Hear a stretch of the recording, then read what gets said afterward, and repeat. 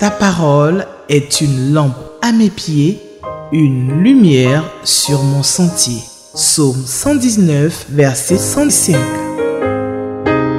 La méditation.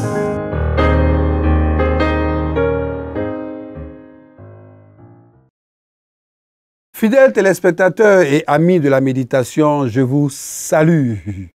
Nous méditons toujours dans le livre de Job et pour la méditation de ce mercredi 24 septembre 2025, la Ligue pour la lecture de la Bible nous propose le passage biblique de Job chapitre 23 du verset 1 jusqu'au verset 17.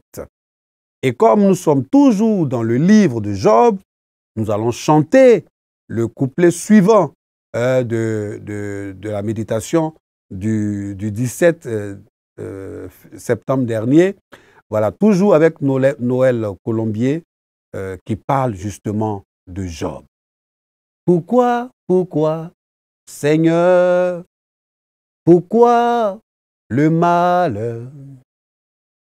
Quand il souffre trop, il dit excédé, maudit soit le jour où ma mère m'a fait. Il ne comprend pas, ne voit plus très bien, il s'en prend à Dieu, mais Dieu ne dit rien. Il en vient souvent à souhaiter la mort, mais il réfléchit et prie de remords.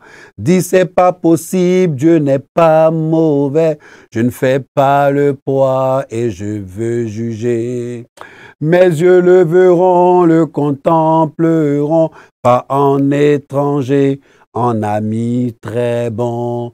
Et Dieu répondit, je t'ai éprouvé, mais tu es fidèle, sois récompensé. Pourquoi, Seigneur, pourquoi le malheur? Voilà, c'est une chanson, il se rappelle encore, tous ces ligueurs, tous ces aînés dans le Seigneur. Je vais saluer tous ces ligueurs aînés, des têtes comme ça. Je pense au président Amos Boni et à son épouse Tata Élise. Voilà, je pense au président Hachi Ndori et son épouse. Je pense au président Balé Jules et son épouse, au pasteur Nikema Michel. Voilà. Et je salue en même temps par ricochet tous les ligueurs des années 70, 80, 90 et jusqu'à 2025. Job chapitre 23, verset 1 jusqu'au verset 17. Tel est le passage biblique soumis à notre méditation, proposé bien sûr par le lecteur de la Bible adulte 2025. Seigneur, je te loue et je te bénis. Je te rends toute la gloire. Pourquoi le malheur? Pourquoi? Pourrait-on se demander? Nous sommes en train d'étudier le livre de Job et chapitre après chapitre, Job souffre. Mais Job ne pêche pas contre toi. Seigneur, ce jour encore, nous sommes là pour méditer ta parole. Nous ne voulons pas nous limiter qu'à la méditation, mais nous voulons que tu nous aides à la mise en pratique de cette parole. Bénis nos téléspectateurs, bénis tous ceux qui nous suivent. Seigneur, que ton nom soit béni. Au nom de Jésus-Christ. Amen. Je vais donc lire la parole de Dieu dans la version Louis II 1910. Et Job 23 dit, Job prit la parole et dit, maintenant encore ma plainte est une révolte, mais la souffrance étouffe mes soupirs. Oh, si je savais où le trouver, si je pouvais arriver jusqu'à son trône, je plaiderais ma cause devant lui. Je remplirai ma bouche d'arguments. Je connaîtrai ce qu'il peut avoir à répondre. Je verrai ce qu'il peut avoir à me dire. Emploierait-il toute sa force à me combattre? Ne daignerait-il pas au moins m'écouter? Ce serait un homme droit qui plaiderait avec lui, et je serais pour toujours absous par mon juge. Mais si je vais à l'Orient, il n'y est pas. Si je vais à l'Occident, je ne le trouve pas. Est-il occupé au nord? Je ne puis le voir. Se cache-t-il au midi? Je ne puis le découvrir. Il sait néanmoins quelle voie j'ai suivie. Et s'il m'éprouvait, je sortirais pur comme l'or. Mon pied s'est attaché à ses pas. J'ai gardé sa voie. Alléluia. Et je ne m'en suis point détourné. Je n'ai pas abandonné les commandements de ses lèvres. J'ai fait plier ma volonté aux paroles de sa bouche. Mais sa résolution est arrêtée. Qui s'y opposera? Ce que mon âme désire, il l'exécute. Il accomplira donc ses desseins à mon égard, et il en concevra bien d'autres encore. Voilà pourquoi sa présence m'épouvante. Quand j'y pense, j'ai peur de lui. Dieu a brisé mon courage. Le Tout-Puissant m'a rempli d'effroi, car ce ne sont pas les ténèbres qui m'anéantissent. Ce n'est pas l'obscurité dont je suis couvert. C'est la parole du Seigneur. Ah, je crois que la Bible est vraie. La parole, j'aime la parole de Dieu. Aimez la parole de Dieu comme moi. Je dévore la parole de Dieu. Le lecteur de la Bible nous pose toujours des questions. Et donc, pour ce 24 septembre, les questions qui nous sont posées, c'est donc question numéro 1, question numéro 3 et question numéro 7 du lecteur. Nous pouvons donner comme titre à cette méditation « Le chemin de l'espérance ». Le chemin de l'espérance. Dans le passage biblique que nous venons de lire, Job exprime sa profonde détresse face à l'éloignement de Dieu. L'éloignement de Dieu. Qu'il cherche sans le trouver. Il cherche Dieu. Il ne le trouve pas. Il va à l'Occident, à l'Orient, au Midi, au Nord, partout. Il ne le trouve pas. Malgré sa souffrance, Job maintient son innocence et son désir d'être en contact avec Dieu. Et pardonnez.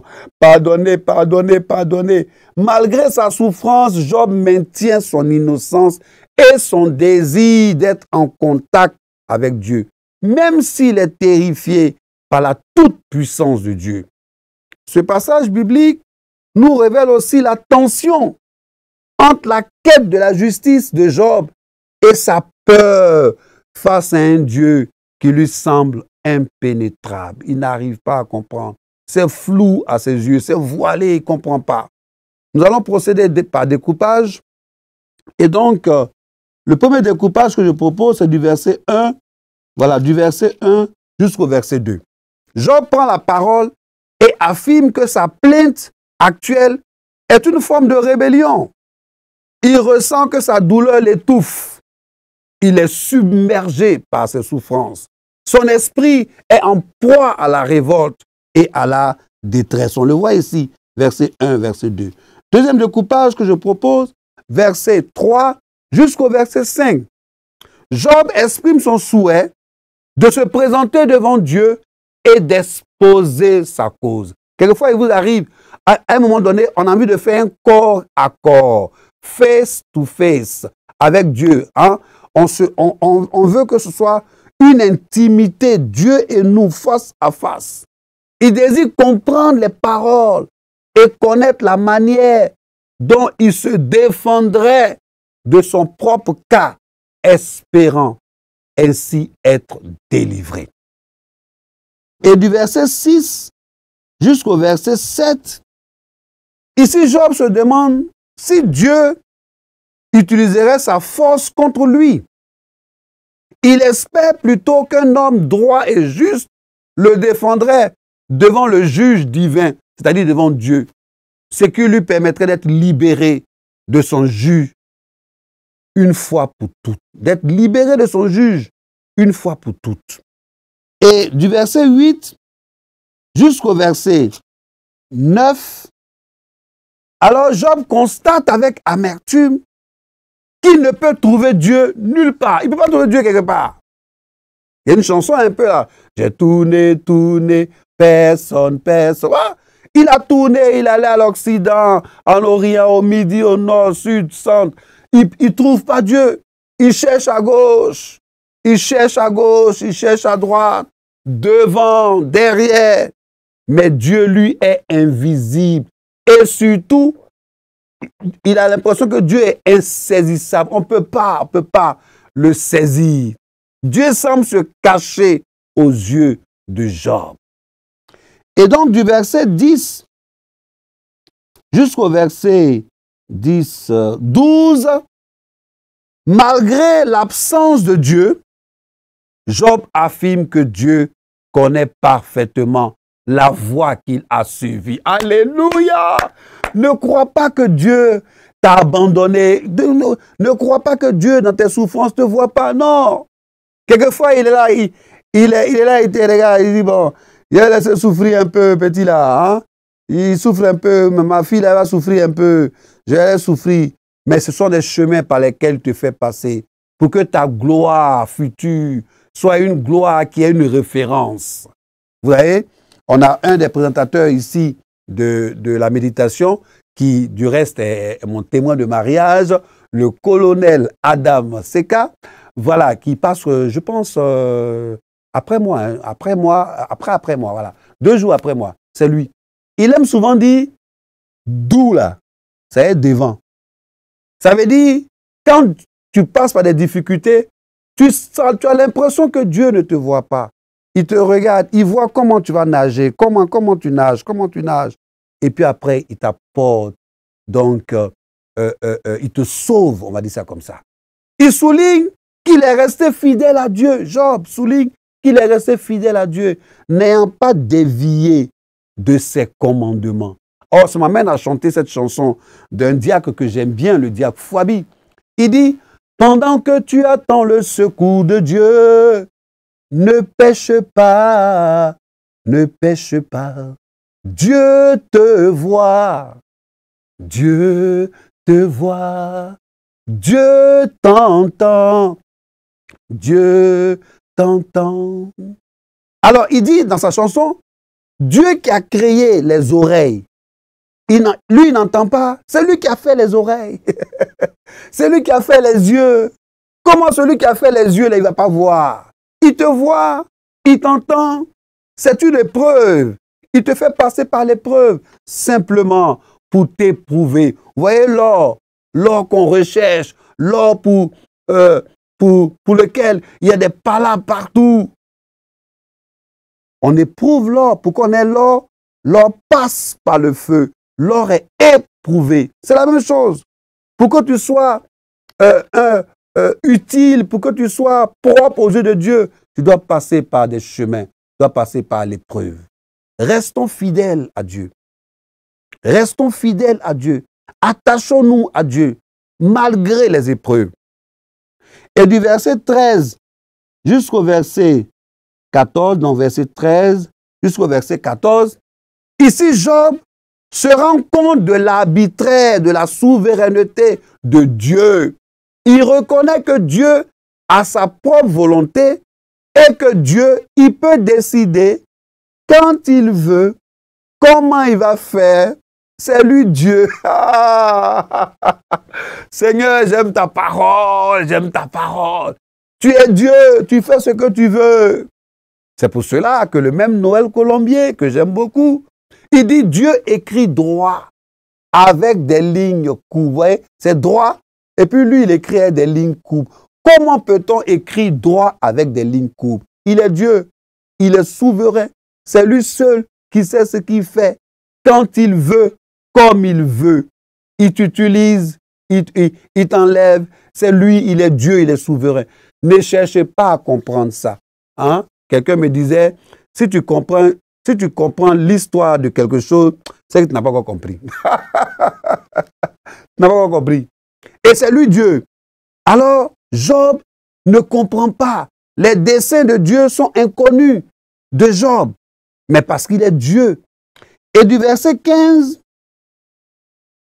jusqu'au verset 17, voilà, verset 15 jusqu'au verset 17, nous pouvons souligner que la contemplation de cette puissance absolue de Dieu remplit Job de terreur.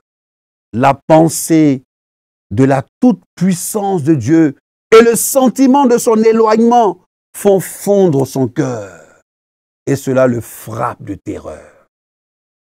Et l'enseignement que nous pouvons tirer comme enseignement, nous pouvons souligner que ce passage biblique révèle voilà, un moment crucial dans la souffrance de Job. Alors, Job 23 révèle un moment crucial dans la souffrance de Job, où sa foi est mise à dure épreuve.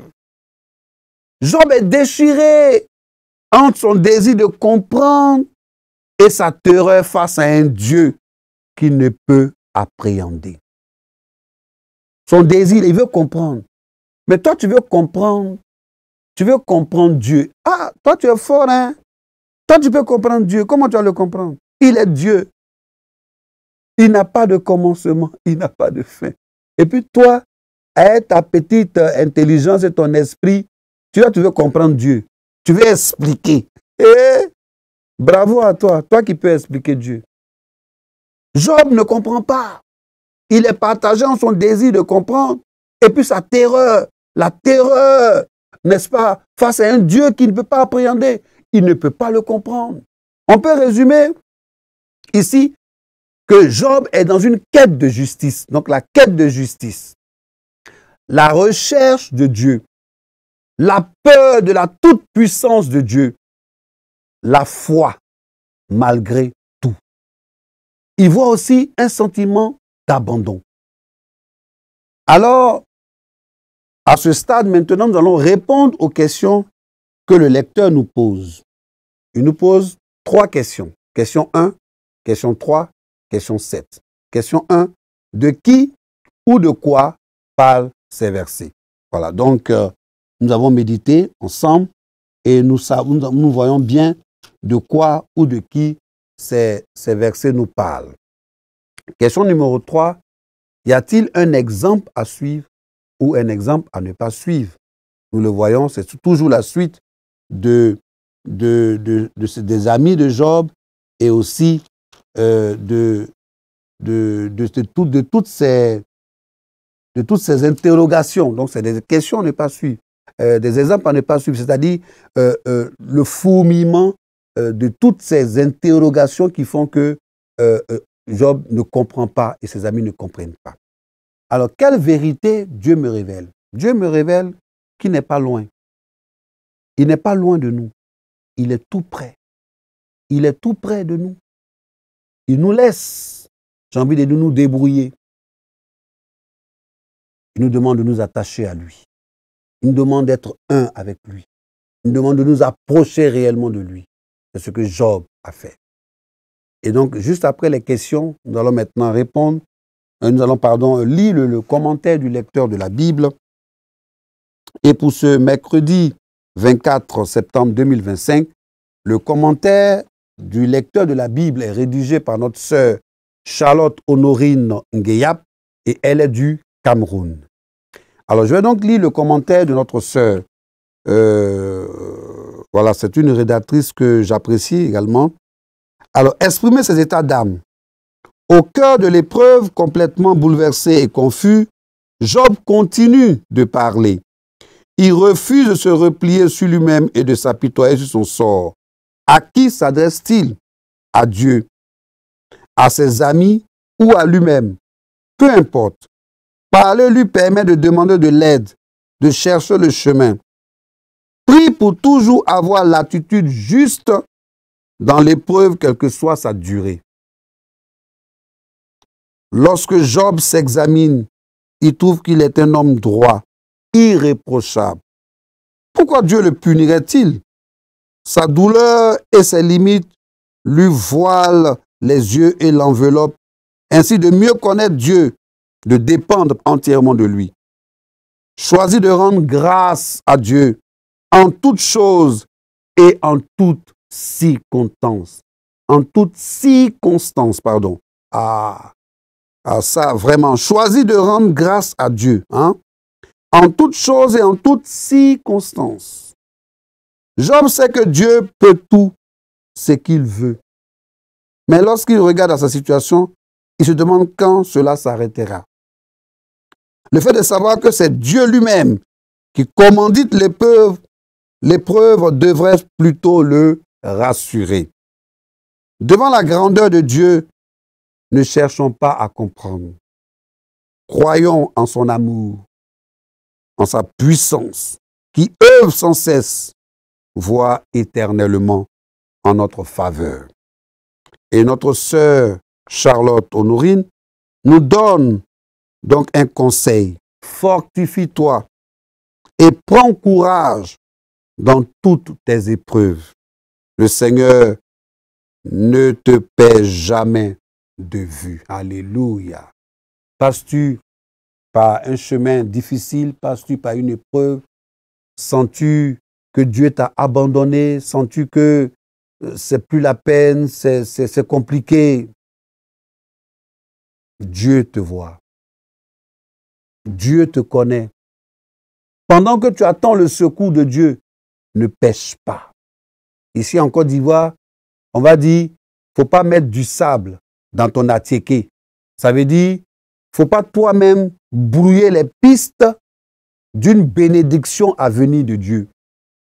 Tu cherches un mari, tu voudrais que Dieu te bénisse dans la grâce du mariage, et puis toi-même, tu as une relation amoureuse avec un non-converti, tu es la maîtresse, je ne sais pas si tu es maîtresse de CP1 ou CP2 ou CM2, tu es la maîtresse d'un homme marié.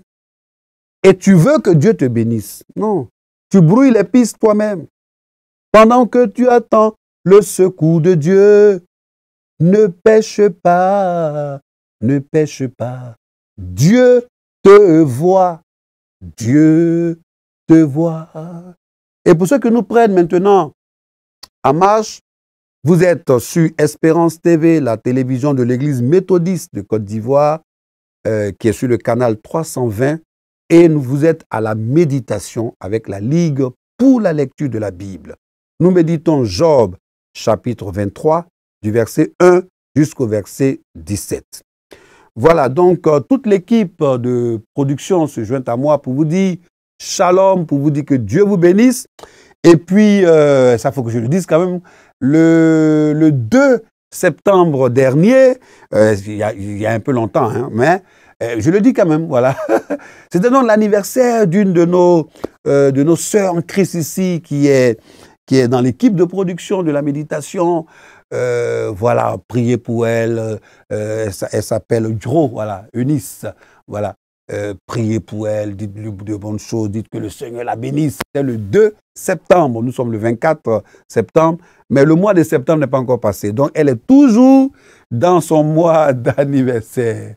Nous te bénissons, Seigneur, parce que tu es grand, parce que tu es puissant, parce que tu es digne de louange, parce que tu es digne d'adoration.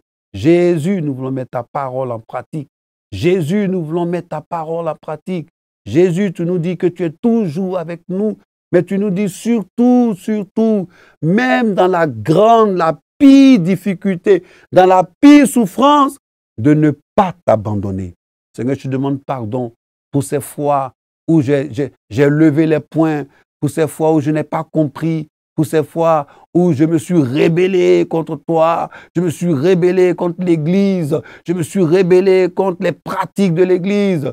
Seigneur, tu dis non, c'est toi qui permets certaines situations. C'est toi qui autorises certaines situations. Tu fais ce que tu veux, comme tu veux. Tu es souverain. Seigneur, donne-moi de comprendre ta souveraineté et de ne pas multiplier des paroles.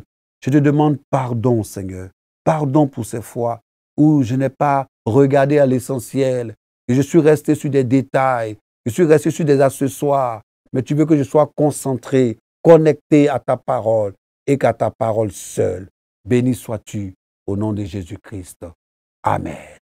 À demain pour une autre méditation. Shalom.